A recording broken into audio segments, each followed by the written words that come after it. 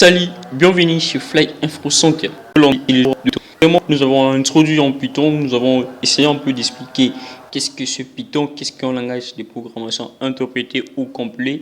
Si vous avez raté cette partie, n'hésitez pas de refaire ou de faire un tour en arrière pour pouvoir appréhender ces notions qui vous seront tellement utiles. Et pour le cadre de cette journée ou de ce soir ou de ce lundi, nous allons reprendre les outils qu'il faut avoir pour faire du Python. Pour faire du Python, plus particulièrement, on n'aura besoin que de deux outils. Et là, je suis un peu plus simple dans le sens où nous n'allons pas parler de créer à ce moment une interface graphique, mais que vous ayez au moins des outils. Le premier outil, c'est ce qu'on appelle interpréteur Python. L'interpréteur Python va vous permettre d'écrire des codes et les tester directement. Un interpréteur, cela veut dire que vous allez juste tester directement, comme nous avons expliqué précédemment, qu'est-ce qu'est un langage interprété, où nous avons vu ce que c'est l'interpréteur. Mais la difficulté que vous n'aurez premièrement pas la possibilité de pouvoir modifier vos codes une fois que vous l'aurez écrit, et deuxièmement, il y a aussi la difficulté de pouvoir enregistrer. Vous pouvez enregistrer dans ce par après, pour modifier vos codes, vous aurez la difficulté. Vous aurez une difficulté. Il intervient ce qu'on appelle UIDE, qui se traduit littéralement en français. On commence par le dernier E, qui veut dire environnement de développement intégré. C'est juste une application qui va vous permettre, ou qui permet aux programmeurs de pouvoir développer efficacement les codes logiciels. UDI, contrairement à un interpréteur, offre la possibilité de pouvoir modifier vos codes et de les tester également. Je vais alors pour dire que dans un UDI, il y a également un interpréteur. Ce qui veut dire que plus vous avez un UDI, plus vous ne serez pas limité. Ce qui est souhaitable, c'est que vous puissiez avoir l'UDI. Mais avec Python, c'est un peu différent. Que vous ayez UDI ou pas, il faudra au préalable que vous ayez installé un interpréteur. Et la raison, vous verrez que si vous travaillez par exemple avec l'UDI PyCharm, vous serez obligé de pouvoir à tout moment ajouter l'interpréteur Python de votre environnement ou de votre IDE, de votre projet. Et cela revient de l'essence qui serait souhaitable que vous ayez le D. Premièrement, nous allons voir comment arriver à télécharger l'interpréteur Python. Pour cela, c'est simple, il suffit de vous rendre au niveau de la page d'accueil Python, ou je dirais au niveau du site Python. Je suis au niveau du site d'accueil Python. Je vais cliquer sur Talon pour. Alors, vous voyez, la dernière version c'est Python 3.11. Ok, je suis là. Je peux juste cliquer pour télécharger directement la dernière version. Si vous en avez, vous devez alors l'installer. Comme moi, j'en ai déjà. Ok, je cherche juste où se trouve mon interpréteur Python. Ok. Deuxièmement, je vais cliquer, par exemple, je vais pas installer Python version 7.3.7.d. Ok. Je vais lancer le processus d'installation pour vous montrer quelque chose que vous devez nécessairement comprendre. Alors, je suis là au niveau de l'installeur Python, la version 3.7.d, qui est une ancienne version. Alors, ce que vous devez faire, vous devez cliquer obligatoirement sur Aide Python to patch. Pourquoi? Parce que cela va entrer dans l'environnement de votre système. Nous allons parler plus particulièrement un peu plus loin. C'est pourquoi vous devez crocher à cet endroit. Mais ce qu'on doit connaître, que lorsque vous avez utilisé Python dans votre système ou dans votre patch, cela s'enregistre comme données de l'environnement. On va un peu voir directement qu'est-ce qu'on appelle environnement sur Windows. Alors, pour cela, je fais Windows I. Si vous êtes sur Windows 10, 11, l'environnement système. Alors, on a vu ce qu'on appelle variable d'environnement système. Je clique ici, variable environnement. Vous voyez que j'ai également une version Python qui est déjà installée. Si je ne suis pas installé, alors nous allons lancer la version 11. Okay. pour l'installer. Ok, je lance la version 11, je clique ici là, installer maintenant. Entre-temps, je me rends sur Google pour comprendre qu'est-ce qui est un variable environnement. Ok? Variable en environnement.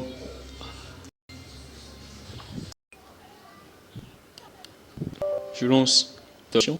Entre-temps, je sais que variable l'environnement Python. Mais c'est l'environnement. On va voir son importance. Ok, notons la réponse. Son cours d'installation.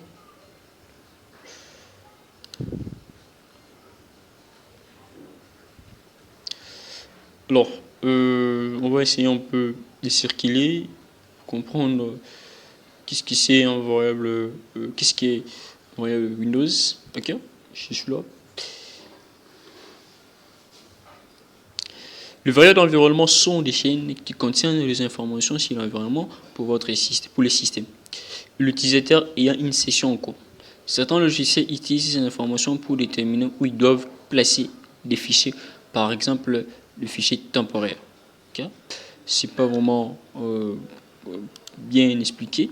Les variables sont des variables qui sont définies par échelle en cours d'utilisation et héritées par toute l'échelle ou processus enfant. Les variables d'environnement servent à transmettre les informations sur le processus qui se déclenche depuis chez. Alors, puisqu'il y aurait un moment donné que nous allons essayer un peu, beaucoup plus comme les cas de Django, vous verrez que pour faire du Django, il faut obligatoirement que vous mettiez votre Python comme variable d'environnement. Bien sûr que ces notions, on peut dire à ce moment pour pouvoir vous expliquer, mais tiens compte que lorsque vous placez Python, que vous définissez Python comme une variable d'environnement, cela permet à ce que votre Python se quitte, ou je dirais que ce soit comme une composante de votre système. Juste un peu de mot variable d'environnement. Lorsque vous placez un logiciel comme variable d'environnement, vous le rendez comme une composante intégrante de votre système d'exploitation. Alors, deuxièmement, comme nous avons dit, que soit vous aurez besoin d'utiliser un interpréteur, et deuxièmement, vous aurez besoin aussi d'utiliser ce qu'on a dit un UDI. Alors, nous allons voir quel UDI que vous pouvez utiliser avec Python. Il existe plusieurs UDI, mais le plus important ou ce qui est de plus en plus utilisé, c'est ce qu'on appelle PyCharm. C'est quoi PyCharm? C'est ce que nous allons voir présentement. Ok? PyCharm. Ok? Ici, photographe. PyCharm.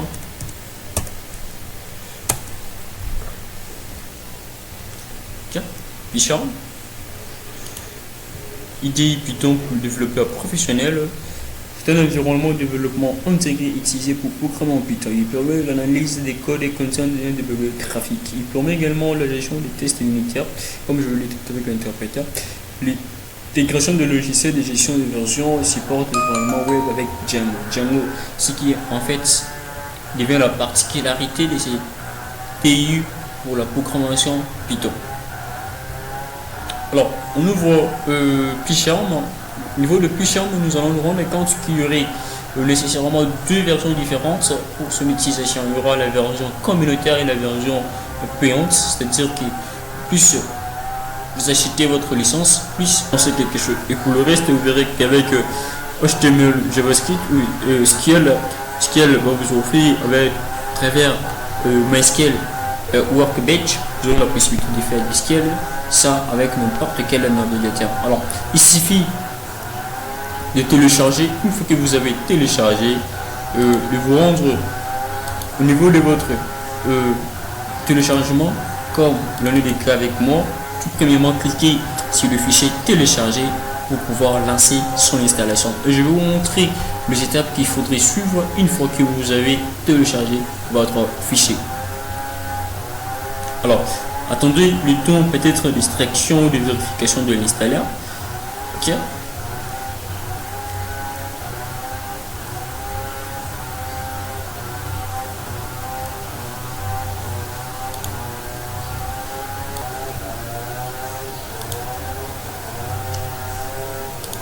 Vous voyez que notre installeur continue toujours ou en cours d'installation. C'est le process step processes. Vous voyez que ça continue. Je referme. C'est plus important. Nous avons acquis certaines connaissances également.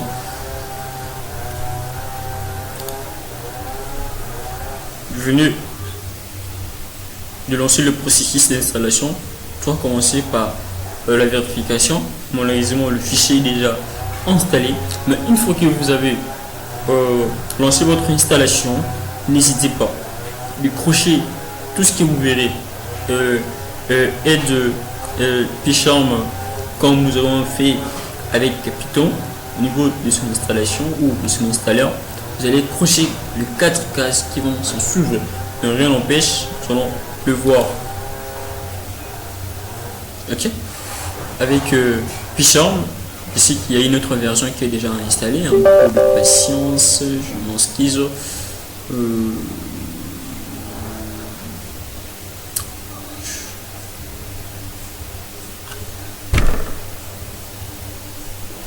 Je clique sur oui pour lancer le processus d'installation. Je vais la dernière version.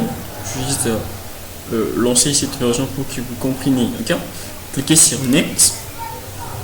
J'ai ajouté ok aide to console, puisque si on me demande d'abord de désinstaller ce qui était en cours, je clique juste ici là. Je vais cette page, je l'obtiens parce que j'ai déjà une autre version. Car vous voyez, c'est la version 2022 de version décembre, puisque la vidéo est tournée au mois de janvier. Je ne fais rien, je clique sur ajouter le page. Alors, ce que je disais, ajouter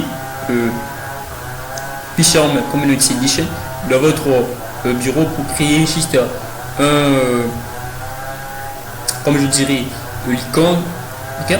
Deuxièmement, au niveau de votre contexte, menu contextuel, si je clique par exemple là, ok, si je viens, je fais clic droit, ouvrir le menu contextuel, vous verrez également qu'il y aura ouvrir ou encore éditer with PyCharm.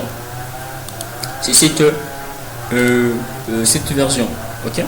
Deuxièmement, on pourra ajouter à ce que tout le fichier il y a pour extension PI qui explique ou encore qui détermine l'extension Python, que lorsqu'un fichier ayant cette extension soit directement ouvert ou encore aide comme application par défaut de ouvrir le ciel PyCharm. Et enfin, vous allez cliquer pour ajouter votre PyCharm au niveau des patchs. Ok.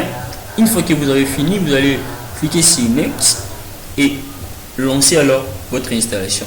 Moi, je n'en fais pas. Je me limite pas annuler l'installation parce qu'il y a déjà une autre version installée qui est la plus récente et c'est celle que je vous recommande. Alors, pour le reste, nous nous verrons très prochainement pour parler de ce qu'on appelle environnement virtuel en Python.